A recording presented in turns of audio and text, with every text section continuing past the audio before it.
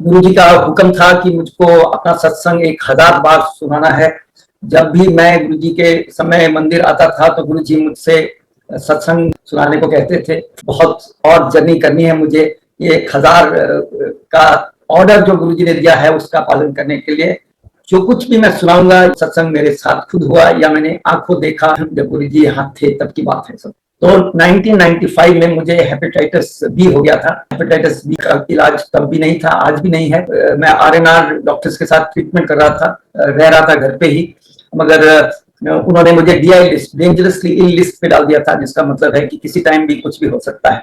क्योंकि एलोपैथी के पास कोई इलाज नहीं था तो मुझे डॉक्टर ने कहा कि आप कोई भी ऑल्टरनेट थेरेपी करना चाहें तो आप जरूर करिए। तो मैंने तरह तरह की ऑल्टरनेट थेरेपी शुरू की। केरला की थेरेपी थी, 1000 दाना की गोलियां बना के खानी थी। मैंने गले में माला डाली और नारायणा में कोई गुरु थे जो माला डलवा देते थे, तो कुछ नहीं हो रहा था। 1 महीना हो गया था, मेरा बिलिरुबिन काउंट इतना हाई था। उन दिनों गुरुजी पहली बार दिल्ली में प्रॉपर आश्रम बना के आए और वो ग्रेटर कैलाश में आश्रम था।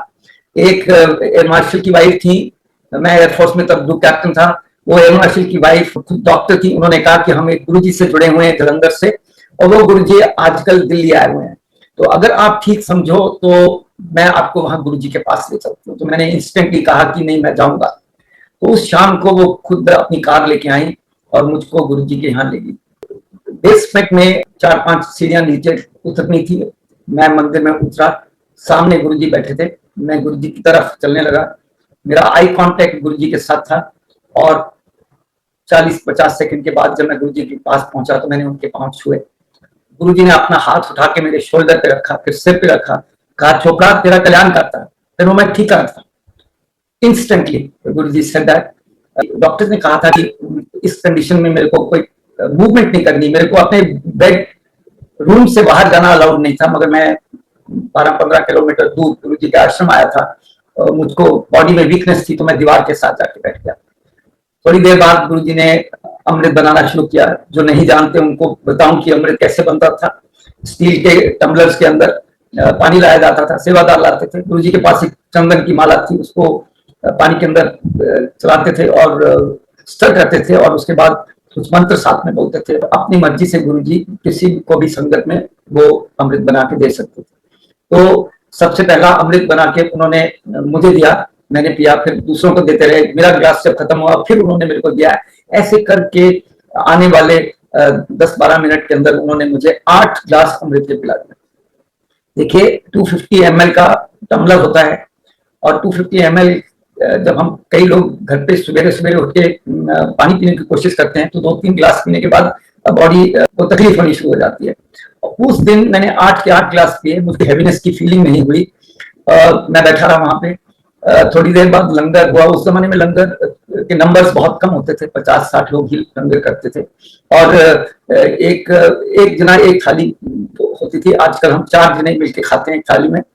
तो 2 रोटियां के साथ मैं जब खाना शुरू करने लगा तो मेरे साथ जो डॉक्टर बैठी थी उन्होंने कहा कि एज अ डॉक्टर मुझको आपको ये बताना है कि ये इसमें देसी घी है और आपके लिए ये खाना ठीक नहीं है। तो मैंने कहा नहीं, मैं खाऊंगा। तो मैंने खाना शुरू किया। गुरु जी वहां बैठे देख रहे थे। जब मैंने डेढ़ का खत्म कर लिया, चपाती खत्म कर ली, तो गुरु जी मेरे पास आए। उन्होंने एक और रोटी मेरे हाथ में पकड़ा दी और मेरे को बोला ये भी खा ले। मैंने वो तीसरी भी रोटी खा ली। उसके बाद गुरु जी ने क्या हुन तुसी जाओ, और गुरु जी ने क्या, पढ़े लिखे हो, मिलिट्री अफसर हो, पायलट हो, तुसी जाके ना टेस्ट करा के परसों आना, कल टेस्ट कराओ। फिर मैंने दसना। I got my test done and the day after that the result came and you won't believe it, मेरा bilirubin count steeply नीचे आ गया था। I was very excited। मैंने कहा ये तो बिल्कुल एब्सोल्यूट मिरेकल हो। शाम को हम गुरुजी के यहाँ गए। मेरी वाइफ भी पहली बार उस दिन गई और यूं हम मंदिर में उतरे तो गुरुजी ने इमीडिएटली वो खड़े होके आ गए और सुमन आंटी आ गई हैं, उस दिन नहीं आई सी, मैंने पता क्यों नहीं आई सी, तो मैं तेरी फाइल खोल दूंगा। उसके बाद मैं बिल्कुल ठीक होता गया। मेरा बिलिरुबिन काउंट बहुत तेजी से नीचे आता रहा और एक दिन हम यहाँ गुरुजी के आए हुए थे तो गुरुजी ने क्या, हुन तेरा बिलिरुबिन काउंट 3 होएगा। मैं कहा नहीं गुरुजी, जितनी तेजी ना उतर रहा है हम तो 1 ते चले जाएगा। तो गुरुजी कहने कोई गल नहीं, टेस्ट करा ले। So when I went to do my next test, you won't believe it, bilirubin count was 3। Guru जी से ਹੁਣ ਤੈਨੂੰ ਸਮਝ आ रही है ना गुरुओं ਦੇ ਵਿੱਚ ਕੀ पावर ਹੁੰਦੀ है। उसके बाद मैं उसमें जो रिस्क होती है कि आप हेपेटाइटिस के कैरियर बन जाओगे, वो भी मैं ठीक हो गया। तो in the next few weeks I was absolutely a normal person. जब ये सब हो रहा था, एक हफ्ता ही हुआ था 1995 में, तो एक और पैरेलल सत्संग हो रहा था जो मेरे साथ साथ हो रहा था। वो भी एक फौजी थे, एक मेजर जनरल थे, वो अपने एनुअल मेडिकल के लिए आरएनआर हॉस्पिटल गए थे। तो वहां पे हॉस्पिटल में जब उनका मेडिकल टेस्ट हुआ तो ये पता लगा कि उनके हार्ट में फुल ब्लॉकेज है। 95 में बाईपास सर्जरी एक बड़ी बात होती थी, और उनको एडवाइस किया गया कि आप जाके एस्कॉर्ट हॉस्पिटल में, जो डॉक्टर त्रेहन ने नया नया खोला था, कि जाइए वहां पे अपना बाईपास के लिए अपॉइंटमेंट वगैरह लीजिए। तो उन्होंने बाईपास के लिए अपॉइंटमेंट ली। उस जमाने में गवर्नमेंट कुछ पैसा देती थी, तकरीबन 1,40,000 रुपया का कॉस्ट होती थी ये बाईपास की। एक सर्विस मिलिट्री ऑफिसर या गवर्नमेंट ऑफिसर को भी पैसा दिया जाता था, और वो जाके उन्होंने टेस्ट कराया। उन्होंने कहा हाँ 100% ब्लॉकेज है और आपका बाईपास होगा, और उसके लिए उन्होंने अपना पैसा लगाया, जमा करा दिया और अपनी अपॉइंटमेंट ले ली। तो एक हफ्ते बाद की अपॉइंटमेंट थी। सारे फैमिली मेंबर्स, रिश्तेदार जगह जगह से आने लगे, बच्चे इकट्ठे हो गए। उन्होंने कहा एवरीबॉडी वाज वरीड। तभी किसी ने बताया कि एक गुरु जी आए हुए हैं, ग्रेटर कैलाश का मंदिर है, क्यों नहीं हम वहां गुरु जी की ब्लेसिंग ले लेते हैं, एक हफ्ते का समय है। तो जनरल साहब बोलने लगे नहीं नहीं नहीं, क्या आप लोग बातें करते हो, पढ़े लिखे लोग हो, फिर भी गुरुओं की बात करते हो। तो उन्होंने इस बात को नोटिस नहीं दी। फिर एक दिन के बाद फिर किसी ने बोला भैया आपका कुछ वहां खर्चा थोड़ी है, ब्लेसिंग लीजिए, अगर कुछ फर्क पड़ता है तो अच्छा है, नहीं फर्क पड़ता तो कुछ नहीं कर सकते। तो ये लोग सब फैमिली के साथ गुरु जी के यहाँ आए। उस दिन मैं भी आया हुआ था, मेरा वो दूसरा डे था, दूसरा डे ऑफ विजिट था। इन्होंने गुरु जी से ब्लेसिंग मांगी, गुरु जी को बताया कि क्या हुआ है। गुरु जी ने इनको बोला मेरे चेंबर में चल जाओ। अंदर जाके उन्होंने, गुरु जी गए, उन्होंने पान के पत्ते उनकी चेस्ट पे लगा के 15-20 मिनट के लिए वहां पे लेटने को बोला, और साथ में गुरु जी को मंत्र बोला। वो 20 मिनट के बाद जब वो वापस बाहर आए तो गुरु जी ने उनको बताया कि हमारा हार्ट का ब्लॉकेज अब खत्म हो गया है, कोई साइंस इसमें नजर नहीं आई उनको। तो गुरु जी ने कहा बड़े बड़े अफसर हो, जाओ तुसी टेस्ट कराओ, अगर तो ਤੁਹਾਡਾ ब्लॉकेज है तो ਤੁਹਾਡੀ अपॉइंटमेंट फिक्स्ड है, अगर ਤੁਹਾਡਾ ब्लॉकेज नहीं है तो तुसी ਤੁਹਾਡਾ कल्याण हो गया। So you won't believe it. वो जाते हैं एस्कॉर्ट्स वापस, एस्कॉर्ट्स वाले कहते हैं बड़ा एक्सपेंसिव टेस्ट है, आपको इसके फिर पैसे एक्स्ट्रा देने पड़ेंगे, वैसे भी हम तो बिलीव नहीं करते जो आप कह रहे हो बात। तो वो टेस्ट करते हैं और ब्लॉकेज बिल्कुल नहीं है। सो दी एस्कॉर्ट्स डॉक्टर्स आर अमेज्ड कि ये क्या हुआ। उन्होंने जब पूरी कहानी सुनी तो उन्होंने कहा कि हम भी गुरु जी के यहाँ आएंगे। तो फिर डॉक्टर त्रेहन और कई डॉक्टर गुरु जी के पास यहाँ आए, मैं भी उनको देखा गुरु जी के साथ बातें करते हुए। क्या उसके बाद जनरल साहब बिल्कुल ठीक हो गए। उन्होंने अपनी जो भी एडवांस वगैरह गवर्नमेंट से लिया था उसको वापस कर दिया, और जो भी उनकी लाइफ की कैरियर था वो उसके बाद करता गया। मैंने दो आपको गुरु जी के सत्संग सुनाए हैं जो दोनों एक मिलिट्री ऑफिसर्स के साथ हुए, मगर गुरु जी के जो सत्संग हैं उनमें बहुत और तरह तरह की चीजें हैं। सिर्फ हीलिंग के अलावा भी बहुत कुछ गुरु जी के यहाँ था। मैं और मेरा एक और पायलट दोस्त थे, वो कमांडिंग ऑफिसर थे वीआईपी स्क्वाड्रन के पार्लर में, तो गुरु जी के भगत थे वो भी। और उन्होंने एक दिन मेरे को फोन किया, नवंबर का महीना था, बोले ये मेरी एक ट्रेनिंग फ्लाइट बन रही है, अगर आप कहो तो आप भी मेरे साथ चलो, हम जाके गुरु जी के दर्शन करके आ जाएंगे, 1 घंटा वहां गुरु जी के यहाँ बैठेंगे और उसके बाद आके मैं अपनी फ्लाइट वापस लेके आ जाऊंगा। तो मैंने कहा बहुत अच्छा आइडिया। तो हम सवेरे सवेरे 8 बजे की, तो मैं गया पालम में, और वहां पे एयरपोर्ट पे हम जहाज में बैठे, एकदम विजिबिलिटी ड्रॉप कर गई और विजिबिलिटी 0 हो गई। तो विजिबिलिटी क्लियर होते होते 12-12:15 बज गए, और फिर हम 12:15 टेक ऑफ किए, और वहां पे हम आदमपुर पहुंच गए। वहां से फिर हम गुरु जी के यहाँ पहुंचे, तो गुरु जी के आश्रम 4:15 बजे शाम को पहुंचे। तो जब हम आदमपुर में लैंड किए तो हमारे को बेस कमांडर ने कह दिया कि आज नाइट फ्लाइंग अलाउड नहीं है, अगर आपको लास्ट टेक ऑफ 6 बजे है आपकी शाम को, तो अगर उससे पहले आप टेक ऑफ कर जाओगे तो ठीक है, नहीं तो आपको टेक ऑफ कल करना पड़ेगा। मैंने कहा ठीक है। तो हम गुरु जी के यहाँ जब पहुंचे तो वहां पे 3-4 संगत के लोग बैठे हुए थे। उन्होंने कहा आप लोग दिल्ली से आए हो, आप लोग पायलट हो? हमने कहा हाँ। कह रहे हैं गुरु जी सवेर से आपकी बातें कर रहे थे। हमने कहा हाँ हमको मालूम था, क्योंकि हमने एक दिन पहले आश्रम में ये चेक करने के लिए गुरु जी का कोई प्रोग्राम तो नहीं है, बाहर तो नहीं जा रहे कहीं, तो हमको गुरु जी को उन्होंने बता दिया था कि ये लोग आने वाले हैं। 5-10 मिनट के बाद मेरे ख्याल 4:30 बजे के करीब गुरु जी अपने चेंबर से बाहर निकले, और हम एकदम उठ के खड़े हो गए, उनके पांव छुए। तो गुरु जी ने कहा आ गए, लेट हो गए? ओ मैंने सब पता है क्यों तुसी लेट हो गए। Anyway we sat down and some Guru ji used to do some छोटा मोटा बातचीत, हमारे साथ उन्होंने थोड़ी देर बातें की, फिर हम भजन सुनते रहे, चाय प्रसाद हो गया। फिर जब 5 बजने वाले थे तो मैं अपनी घड़ी की तरफ देखने लगा, मुझे लगा कि अभी अगर नहीं निकलेंगे तो 6 बजे कैसे हमारी टेक ऑफ होगी। तो गुरु जी ने मुझे देख लिया और बोलने लगे, चोपड़ा इन्नी लेट आंदे हो, हम तुसी घड़ियां ना देखो। मैं कहने नहीं गुरु जी सानू कोई जल्दी नहीं है। कहते नहीं नहीं कोई गल नहीं, अभी थॉट अब तो रात यहाँ रहेंगे, लंगर वगैरह करके जाएंगे, लेट नाइट करेंगे, गुरु जी की ब्लेसिंग लेंगे।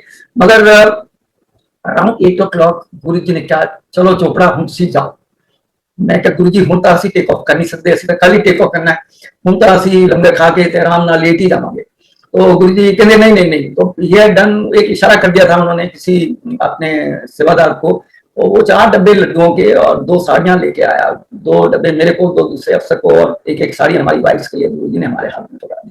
कहते ये मेरे वालों आंटियां ले। And then we left because orders were orders. Much that we wanted to stay on.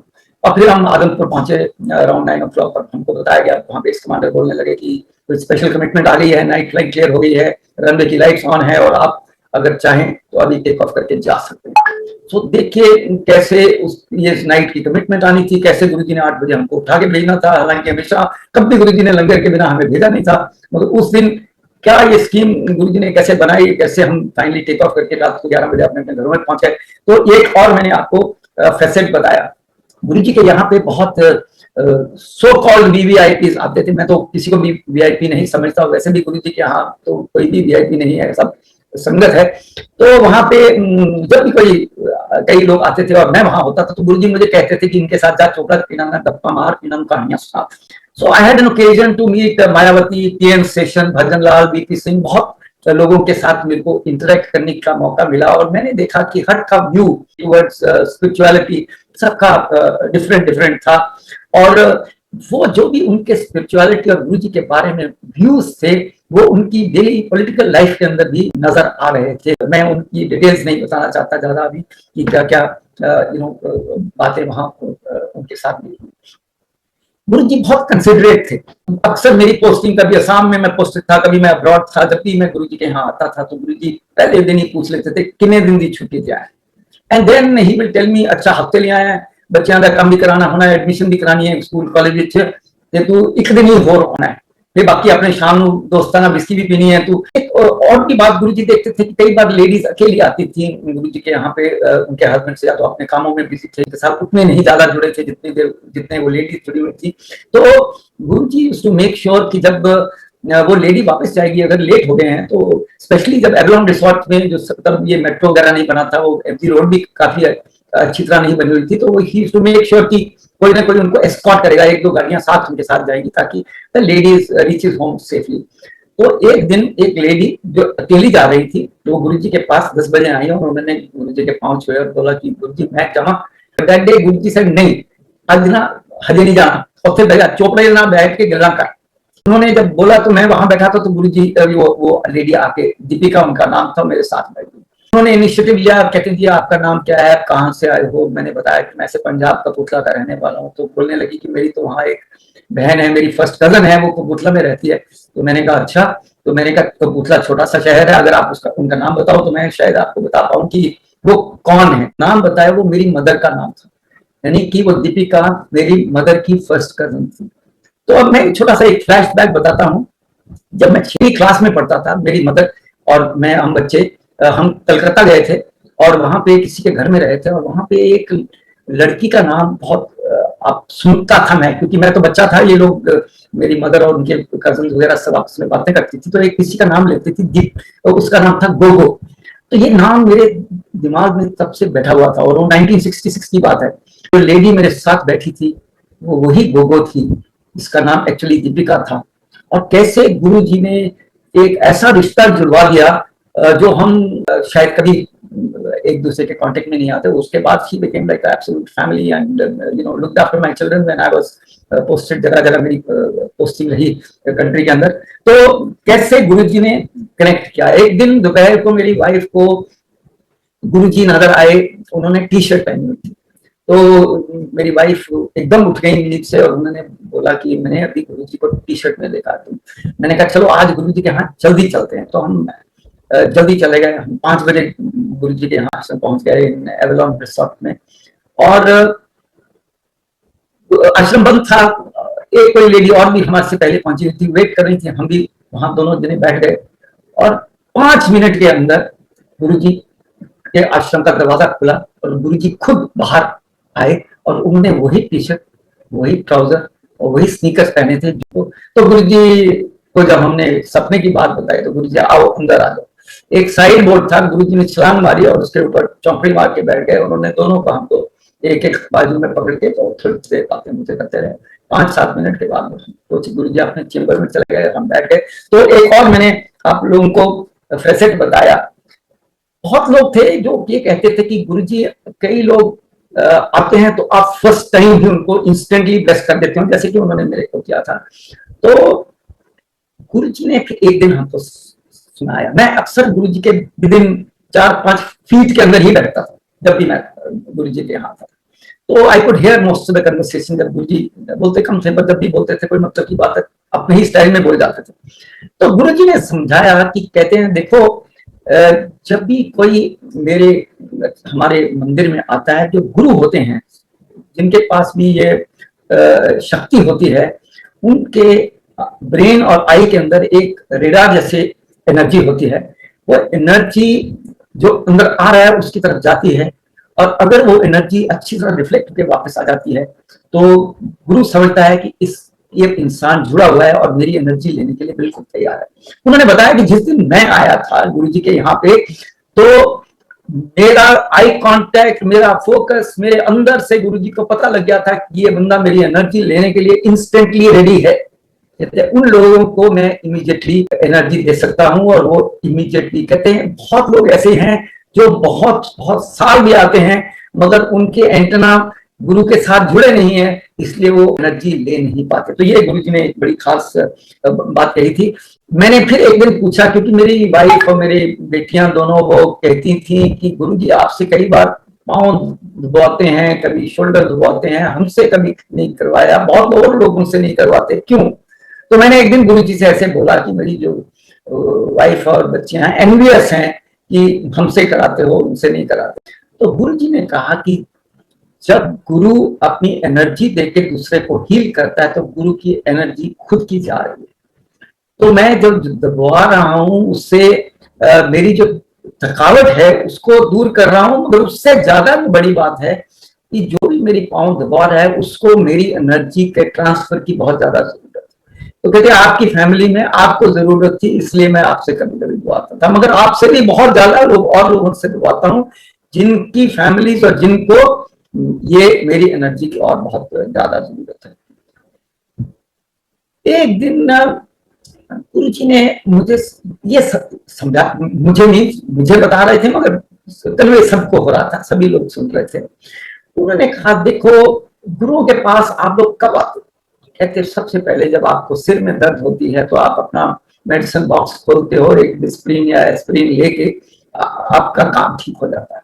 फिर 2-3 दिन अगर आपकी मेडिसिन, घर की मेडिसिन से कुछ नहीं हुआ तो आप अपने फैमिली डॉक्टर को रिंग करते हो और वो आपको कोई और दवाई बदल देता है। फिर 2-4 दिन चलते हैं, अगर आप फिर ठीक नहीं होते तो डॉक्टर कहता है ये ब्लड टेस्ट, ये कुछ और टेस्ट करा लो। फिर आप टेस्ट कराते हो, कुछ नहीं निकलता है या कोई क्लैरिटी नहीं आती है तो वो कहता है कि किसी स्पेशलिस्ट के पास भेजता है। फिर स्पेशलिस्ट आप उसके साथ अपॉइंटमेंट लेते हो, उसके फीस भर देते हो और उसके बाद आप जाके वहां वेट करते हो। कई बार टाइम जो दिया है उसके भी घंटा 1.5 घंटे बाद ही बारी आती है और फिर वो और टेस्ट कराएगा, कोई एक्सरे कराएगा, सीटी स्कैन कराएगा, सर्जरी होगी।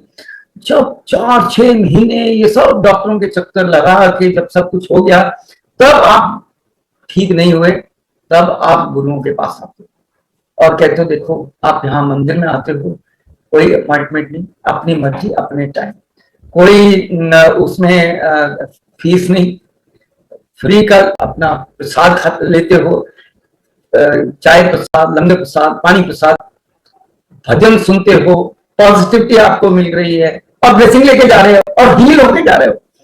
फिर भी जब आप गुरु के यहाँ आते हो वो अपना 6 महीने भूल जाते हो, कहते गुरु जी थोड़ी ठीक कर दो, मैंने इमीडिएट इंस्टेंट।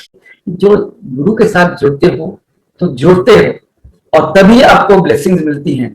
ये एक जादू की छड़ी नहीं है जिसको हम चला देंगे और वो आप ठीक हो जाओगे। गुरु जी की नॉलेज बहुत ज्यादा थी।